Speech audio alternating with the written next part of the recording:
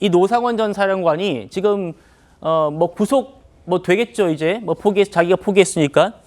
그런 혐의를 받는 사람이지만 어떤 뭐 정보산업 방첩사의 사조직을 만들어서 한미 당국을 뭐 어떻게 하겠다 저떻게 하겠다 이런 거는 확인된 바 아니고요. 지금까지 확인된 것만 제가 말씀드린다는 걸 다시 한번 짚어드립니다.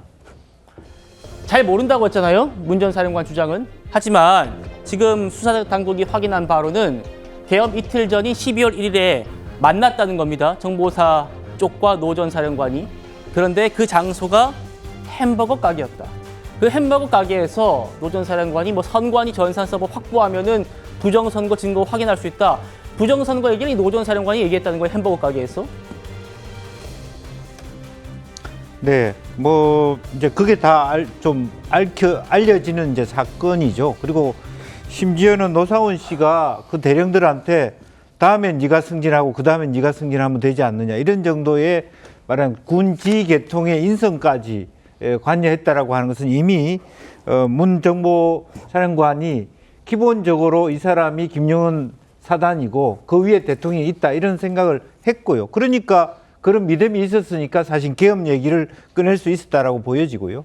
또 실제로 나오는 얘기에 의하면 사실은 뭐 승관이 서버 얘기를 하니까 기술자가 없다 이런 얘기 구체적인 얘기가 나왔던 것 같습니다. 이제 그러다 보니까 실제로 노상원이라는 사람 자체가 갖고 있는 어떤 개인적인 경험들 이렇게 이력들이 소위 블랙 요원을 관리했던 사람들이었기 때문에 예. 소위 그와 연관이 있든 없든 간에 암살, 체포조 이런 얘기에 대해서 신빙성이 있다라는 얘기로까지 와전될 수 있는 여지가 충분히 있다고 보여지거든요. 다만 여기서 모인 사람들은 대체로 암살조라든지 무슨 뭐 어떤 체포조 이게 가담되는 게 아니라 선관위의 서버를 확보하고 부정선거 부분에만 좀 일조한 것으로 그렇게 보입니다. 예. 또 판교에서 대기를 했던 사람들도 일부 있었을 텐데 가담 여부는 실제적으로 보면 인명에 대한 무슨 뭐 체포라든지 암살 이런 계획하고는 무관한 것처럼 보입니다.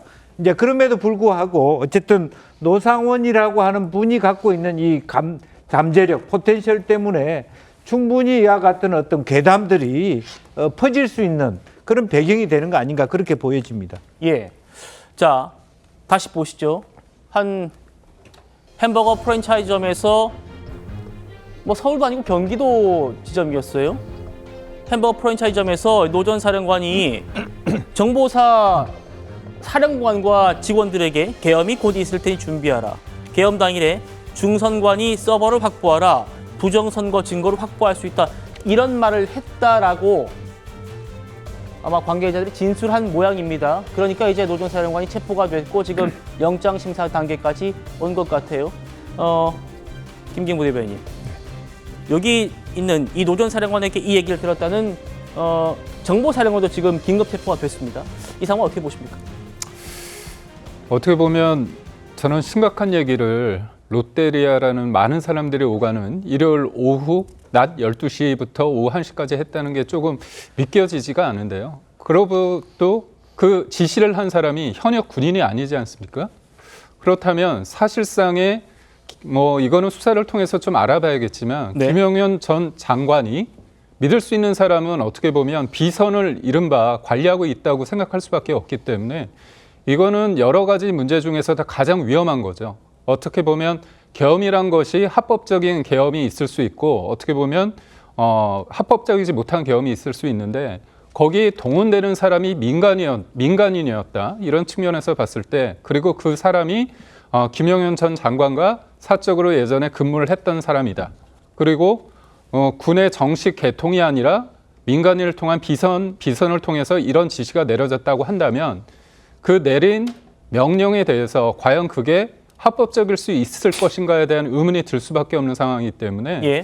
저는 실제로 민간인이 이런 지시를 했다고 하고 실제 정보사령관이 휘하에 있던 자기 어떤 부하를 가서 그거를 지시받았다는 그 자체만으로도 우선은 굉장히 엄중한 상황이라고 봅니다.